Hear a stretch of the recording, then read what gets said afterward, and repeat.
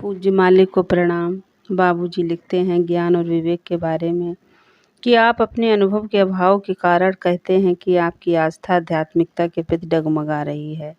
इस संदर्भ में मैं आपका ध्यान इन बातों पर आकर्षित करना चाहता हूँ कि ज्ञान क्या है, मनुष्य की वास्तविकता क्या है और सत्य की वास्तविकता क्या है। साधारणतः ज्ञान वह है जो दूसरों के विचारों के माध्यम से हमारे मनस में रिश्ता रहता है।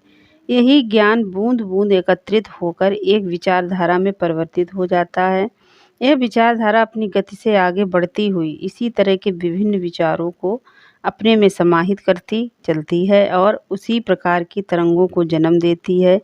यही तरंगें हमारे मनस में विभिन्न प्रकार के विचारों के प्रादुर्भाव का कारण हैं। इन विचारों पर अत्यधिक ध्यान देने के कारण ये बहुत शक्तिशाली बन जाते हैं और मनुष्य इन्हीं विचारों से अपने मन को बहलाते हुए अपने आप को दूषित कर लेता है। उसकी स्वयं की वह शक्ति जिसको उसने संग्रहित किया था वही उसे जकड़ कर रख देती है। नतीजा ये होता है कि उसमें दिव्यता ज्ञान का उदय कभी नहीं होता, जो कि बहुत सीधा व सरल है।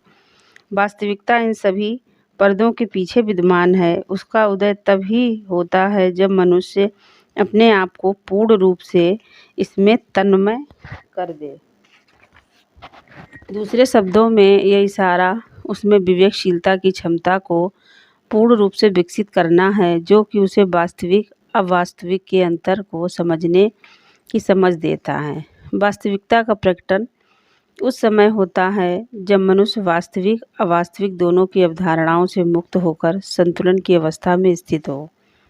इस अंतर या भेद को समझने की योग्यता के 3 प्रकार होते हैं। पहला, जो निम्न स्तर का है, वह सही व गलत के भावों को दर्शाता है, जो कि साधारणतः मनुष्यता के स्तर पर होता है।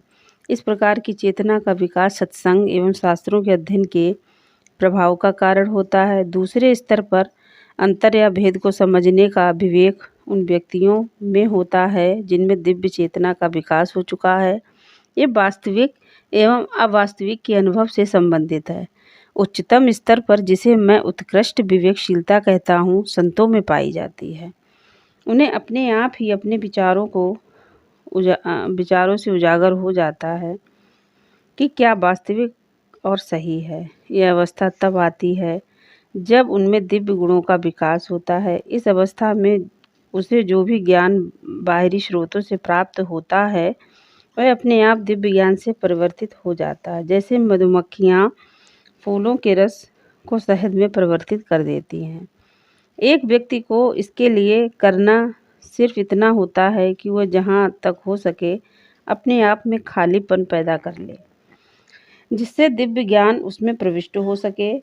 तब सांसारिक ज्ञान पीछे छूट जाता है और हृदय में दिव्य ज्ञान प्रविष्ट हो सके उसके लिए अपना स्थान छोड़ देता है।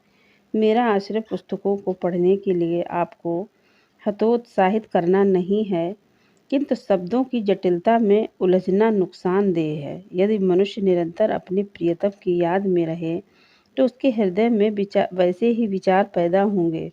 उस अवस्था में जो वह कुछ भी पढ़ेगा सुनेगा उसे सही मायने में समझ पाएगा, जो कि उसके उद्देश्य के लिए श्रेष्ठ है।